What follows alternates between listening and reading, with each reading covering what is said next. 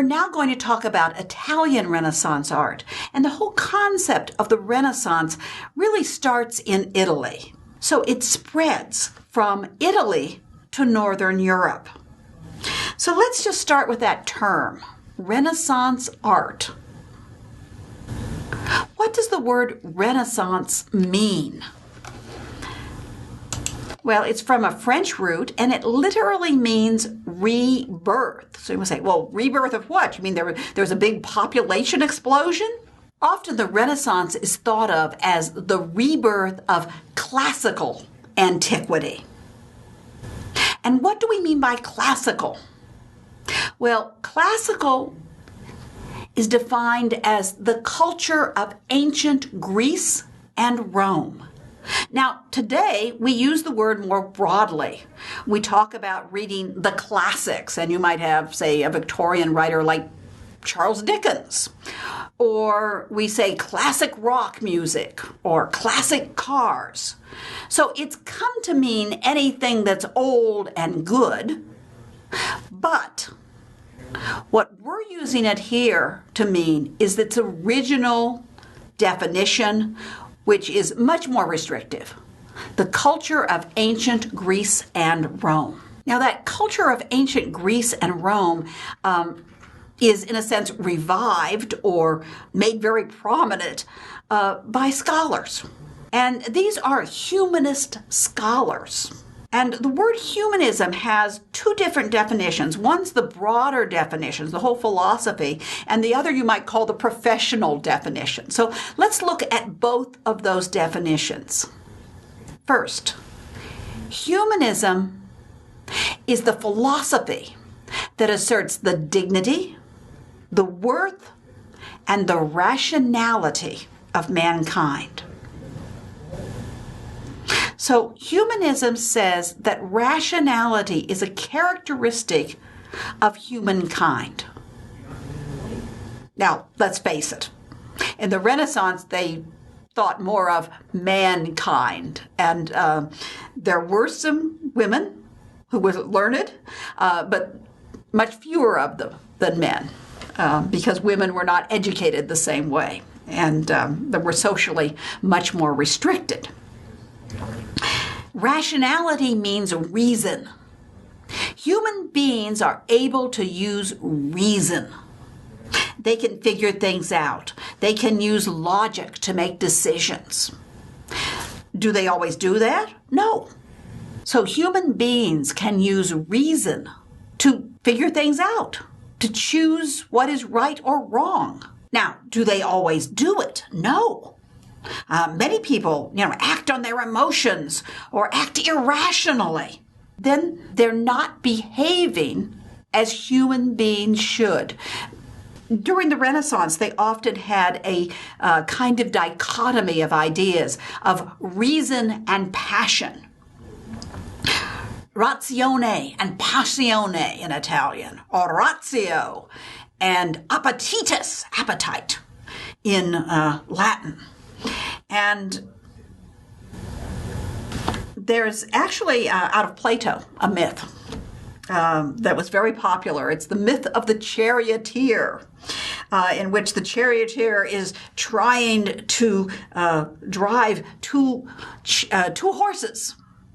And one of them, is reasonable in a sense. One of them does what he's supposed to do, and the other is just always going off and trying to run off in the wrong direction.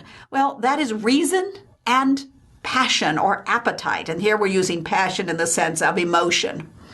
And so, you should use rationality, but many people don't live up to the highest characteristics of humankind.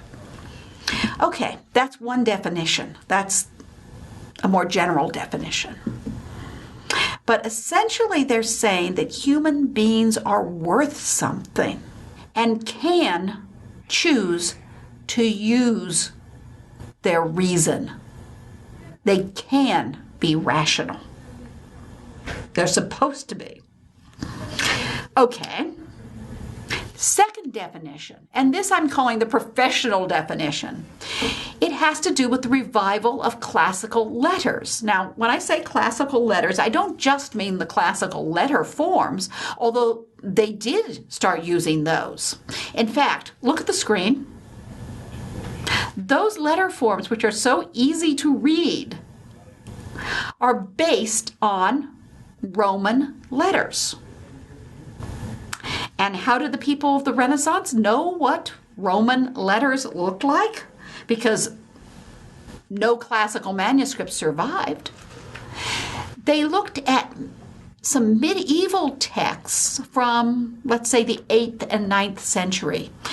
Things like the Carolingian period, which is sometimes called the Carolingian Renaissance. And those authors were copying letter forms from earlier authors, sometimes from classical texts, sometimes from early Christian texts.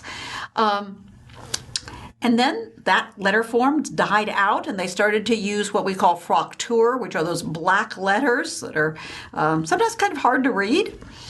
And then during the Renaissance, they started looking at these manuscripts with the clearer letter forms.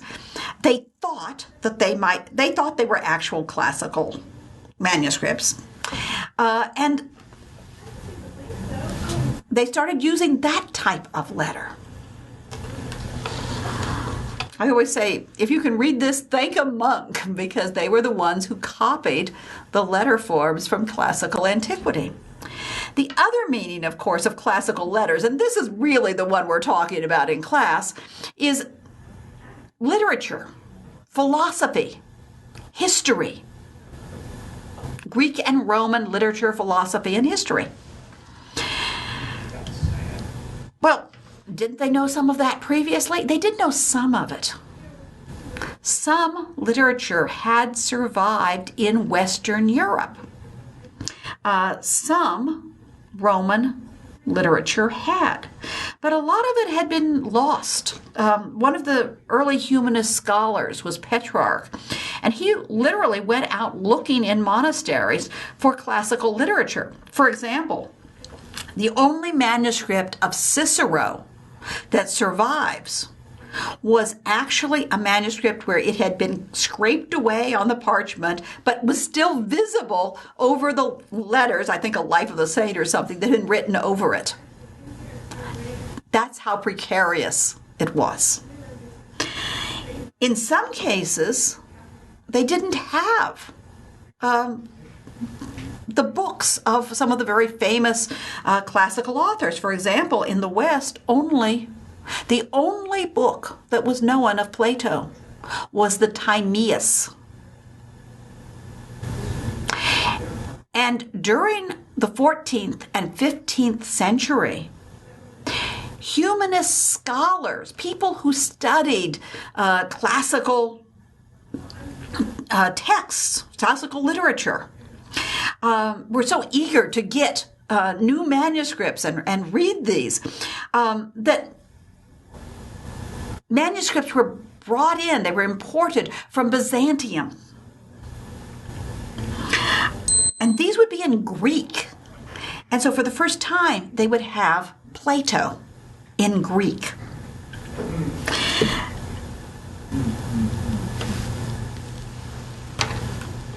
Most of them at first didn't know how to read Greek. They had to learn Greek. They had to learn Greek from people who came over speaking Greek from Byzantium. And then the humanist scholars learned Greek as well as Latin. They studied the history, the philosophy, the literature of ancient Greece and Rome.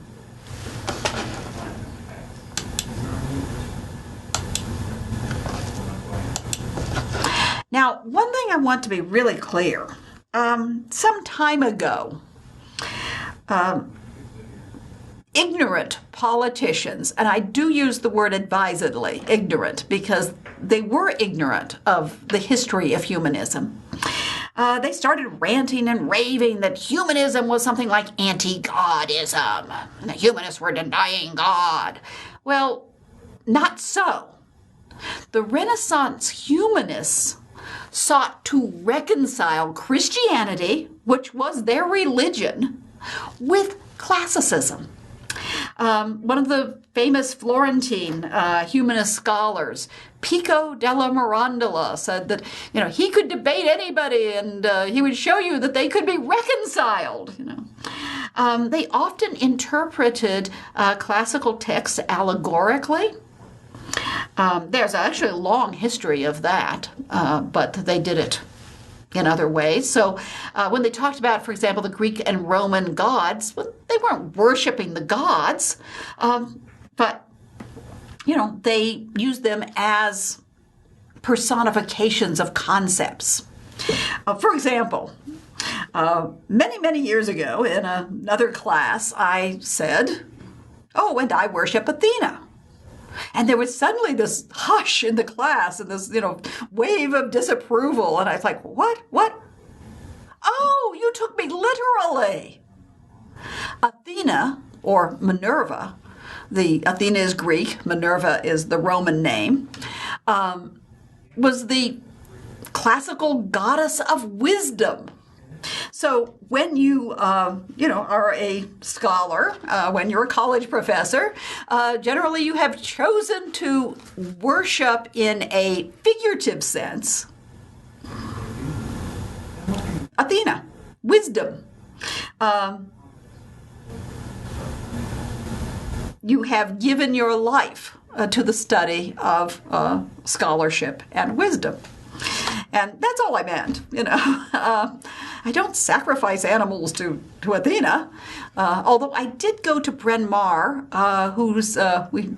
we have a patron goddess who is the goddess Athena, and her bird was the owl. So you've heard of the wise old owl. It was wise because it was associated with the goddess Athena, goddess of wisdom.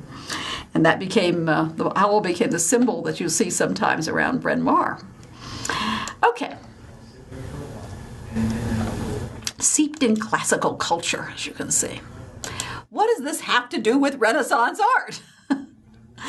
Well, humanist scholars did have to do with art. Sometimes they advised the artist. Because here are these new subjects, stories of the birth of Venus or Hercules might be portrayed. And, the patrons want the artist to get it right, so they might have someone tell them the story, advise them. Also, the Greeks and Romans wrote about art.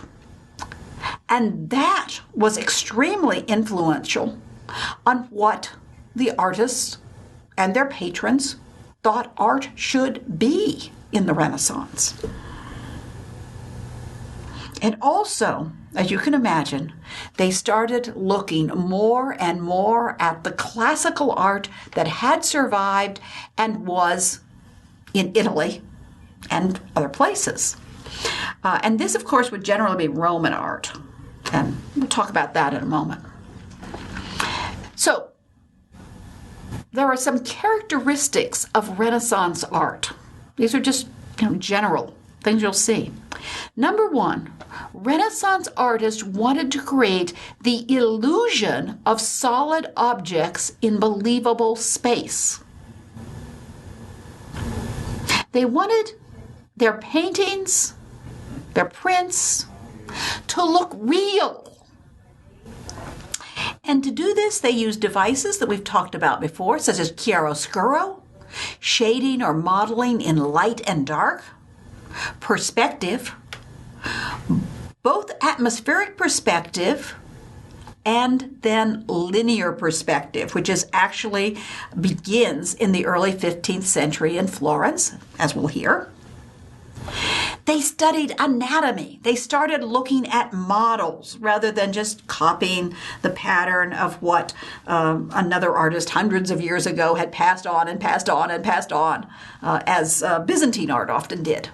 So they started actually looking at people and sometimes having nude models, and very few, but a very few number of artists, namely Leonardo da Vinci and Michelangelo Buonarroti, actually dissected bodies. So they learned more about anatomy.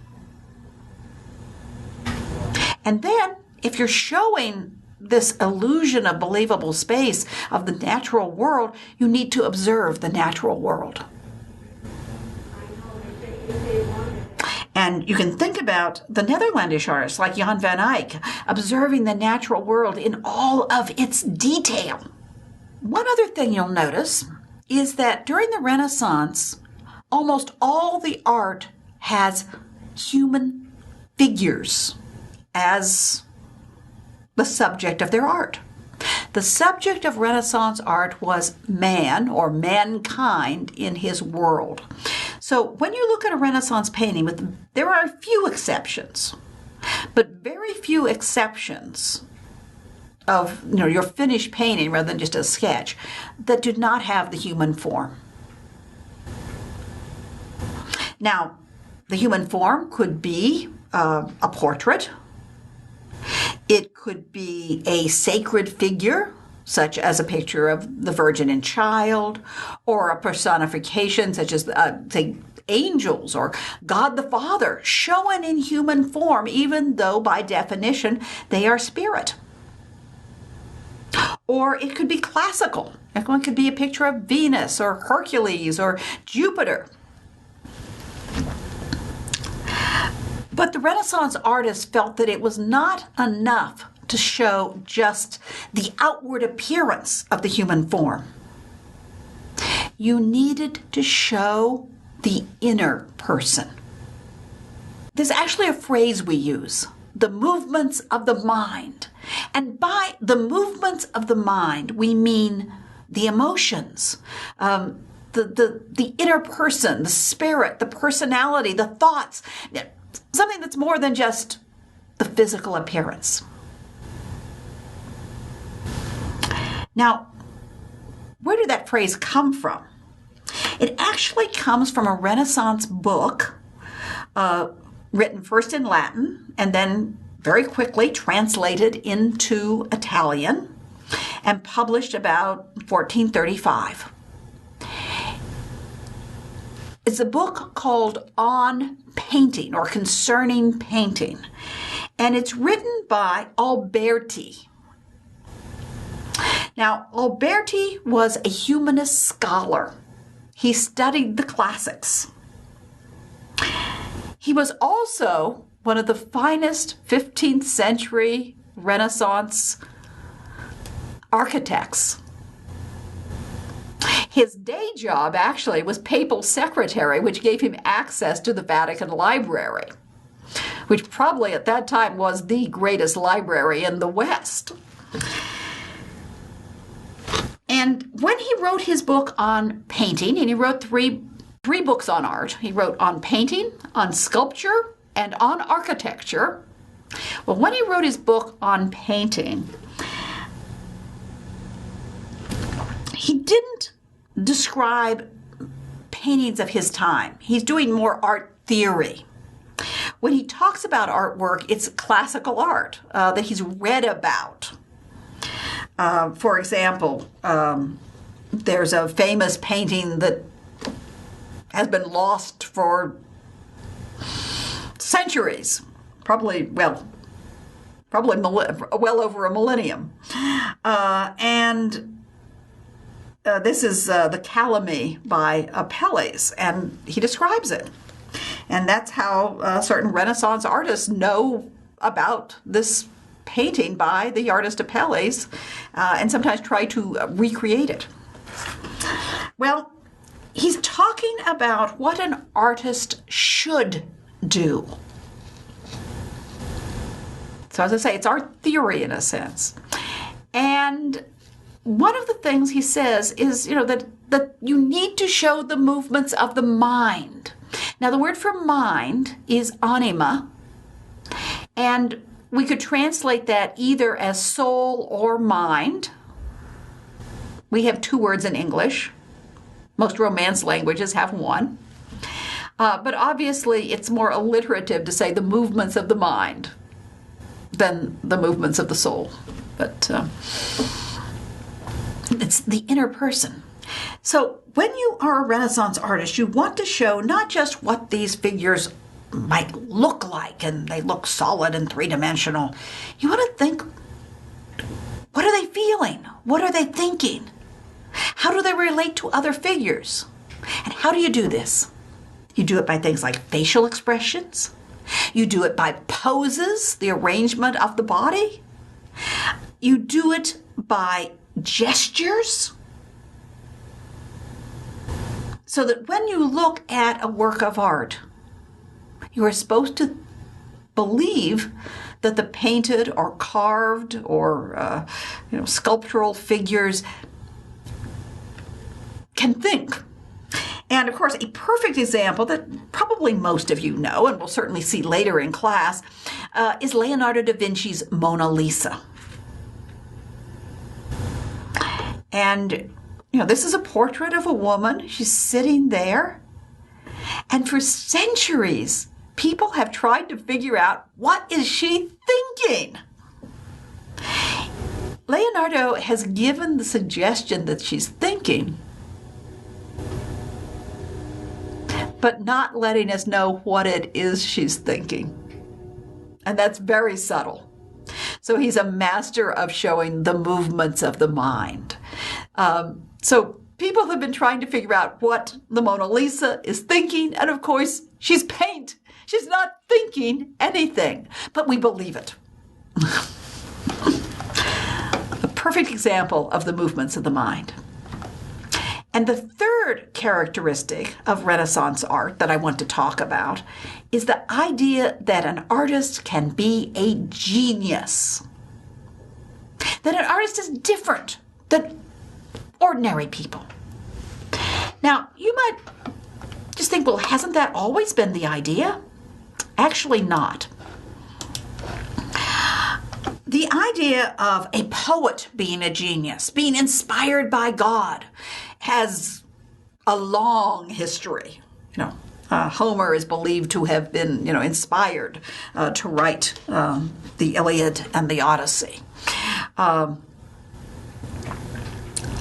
And so that idea of someone who uses words as a genius has been around for a long time. It's certainly part of classical antiquity and other cultures as well. In some cultures, for example, the bard is highly respected, is believed to be a genius and divinely inspired. Sculptors worked with their hands. The visual artists worked with their hands, and that made people think they are manual laborers. Skilled craftsmen, perhaps, but geniuses? So what happens in the Renaissance? Well, for one thing, the way that the artist creates is different. Just before this, in Italy, there was a period that we call Italo-Byzantine, and the artist is creating art that's based on Byzantine art. And in Byzantine art, there's essentially patterns that you follow. There are variations, that the artist makes, but they're showing, for example, the Virgin Mary in the same way. During the Renaissance, artists start to create images that look like the visible world, and they're very interested in the idea of originality, of trying to do something. Well, the word is invenzione. They want to show their invention, their invenzione, to show that they are original, and do something extraordinary and different.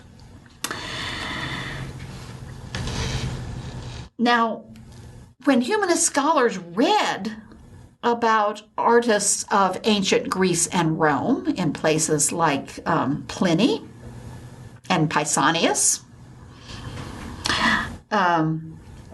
they would read about these famous artists.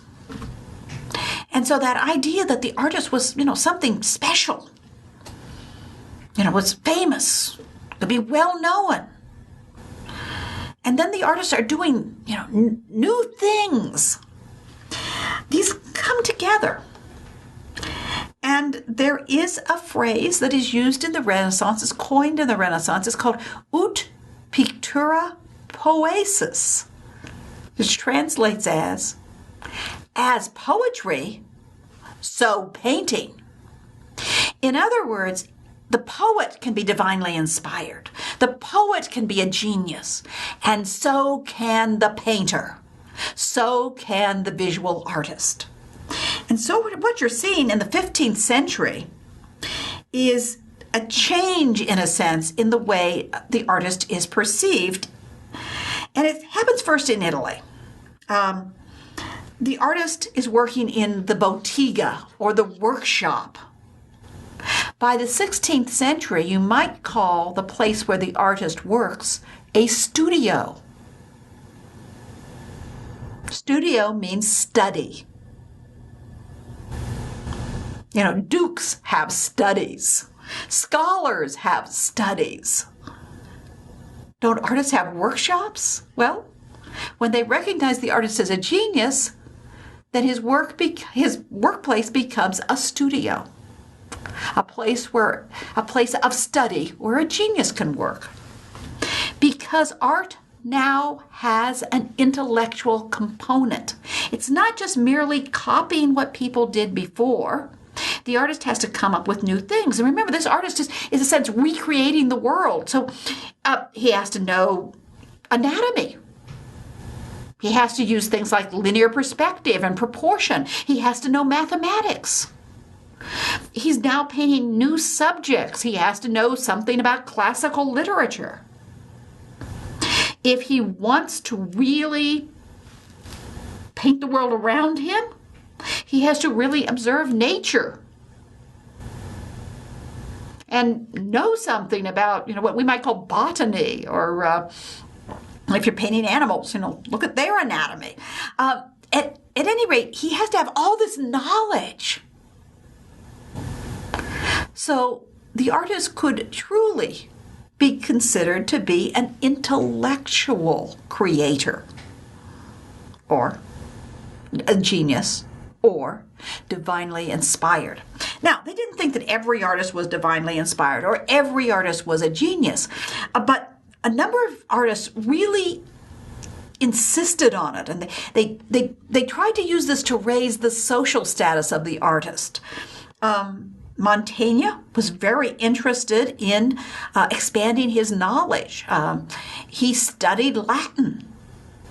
He tried to be a mini scholar, if you will.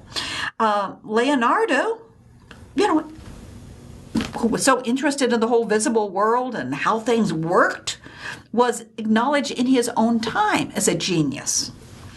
And artists such as Michelangelo and Raphael were called the divine Raphael and the divine Michelangelo, not meaning that they were in of themselves deities, but that they were divinely inspired. Their artwork was what, we'd say their artwork was divine. Their artwork was considered to be so magnificent that the artists were geniuses.